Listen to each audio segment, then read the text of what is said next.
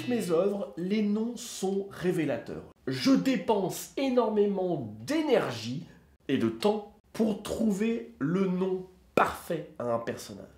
Quand je sais pas, un lecteur, un spectateur peut voir le nom ou entendre le nom d'un personnage, on n'est pas obligé de le faire, hein, on n'est pas là pour ça forcément, mais on peut déterminer des éléments de la personnalité ou de l'histoire du personnage.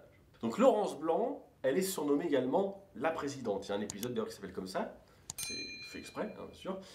C'est l'épisode qu'il introduit dans les Schmitt.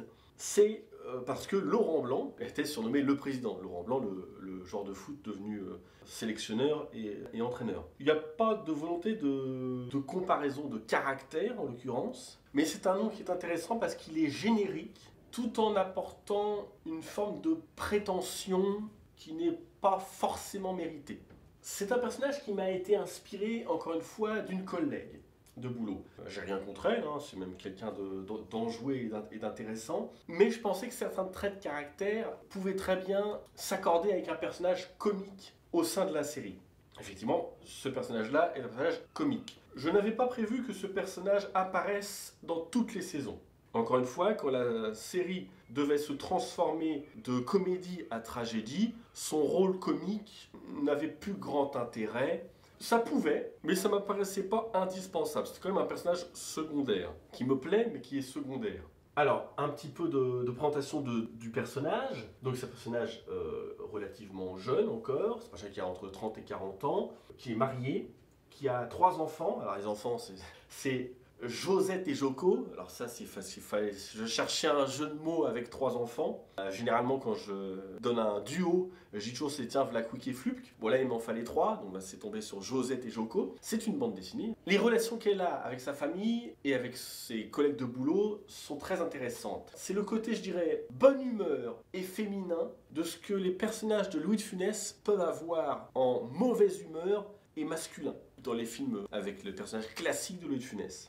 C'est-à-dire fort face aux faibles, faible face aux forts. Donc avec ses enfants, elle les adore, elle les couvre de cadeaux, hein, elle vante sans arrêt leur mérite, et il passe avant tout, mais avant tout, il peut se passer n'importe quoi. Mon enfant s'est coupé un ongle, il faut que je quitte le boulot, ah c'est pas possible, de toute façon ici on peut rien faire, et puis on est maltraité, et puis comment ose-t-on dire que mes enfants sont moins importants pour moi que le boulot, qui part en tornade.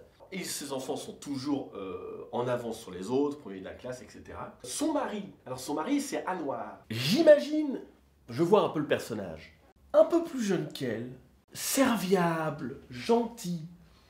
Mais face à cette femme, qui est une maîtresse femme, on a l'impression d'une faiblesse qui n'est pas aussi terrible que celle d'un personnage comme Jean-Math. C'est elle qui porte la culotte, et lui, il se fait engueuler alors qu'il ne mérite pas. Il y a beaucoup de la série donc, qui est basée sur l'injustice. Et l'injustice dans tout, dans les rapports de couple, les rapports avec l'administration, etc. Et j'imagine que, alors ça c'est tout bête, il ne faut pas se priver de gags. Elle se défend pour rire d'être raciste, parce que impossible d'être raciste quand on est marié avec un noir. Et ça la fait rire elle-même. Et c'est sa blague, c'est sa justification au passage. Avec ses collègues, ou à la cantonade, je la vois particulièrement gueulante. Du genre, elle est grande, il fait 15 degrés, c'est une torture et un scandale de travailler dans ces conditions. Alors que tantôt, je la verrais justement doucereuse. D'ailleurs, son épisode d'introduction est comme ça. Oui, alors, j'avais pensé, avec les collègues, on s'est dit, si je peux me permettre de parler pour les collègues. Elle est très changeante. Elle s'affirme devant tout le monde, mais en même temps, oui, peut-être que... Elle tape sur les nerfs de tout le monde, en fait. Elle le sait un peu, mais elle en rit.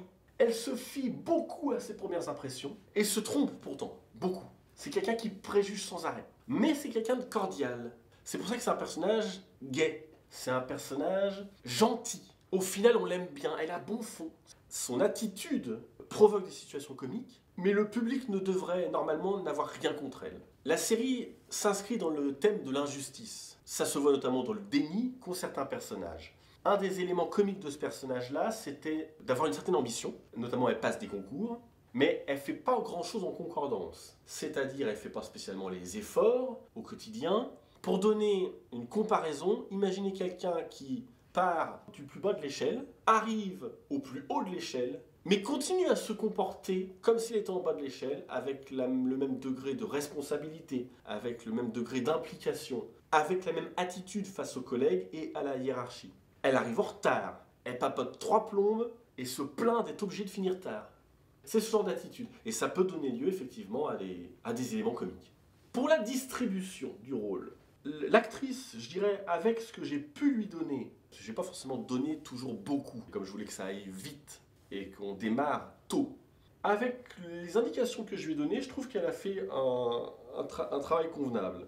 Alors je dis pas ça du tout pour déprécier qui que ce soit, c'est pas mon intention du tout. Mais je dirais que si jamais je devais refaire la distribution, j'essaierais de donner à l'actrice un autre rôle, qu'on aurait travaillé ensemble. Pas dans le sens où elle était mauvaise, mais dans le sens où parmi les gens que j'ai eus, au plus gros du casting, il y avait des gens qui, je pense, en termes de voix, en termes de visuel, auraient été plus adaptés à un personnage comme ça. Idéalement, je pense que j'aurais mélangé le rôle de Galabar et le rôle de Laurence Blanc. J'en aurais fait un personnage féminin et je l'aurais donné à quelqu'un d'autre. Ou alors, on aurait entièrement créé des nouveaux rôles, ce qui me gêne un peu parce que justement je tenais à certains personnages, parce que je tenais à certaines interactions. Mais si je pouvais effacer ce qui a été fait pour les Schmitt et recommencer entièrement, je mettrais mes ambitions un cran en dessous pour les personnages, mes ambitions un cran au-dessus pour l'improvisation, et je demanderais à chacun de créer un personnage comme pour un jeu de rôle en fait. Quand on a des moyens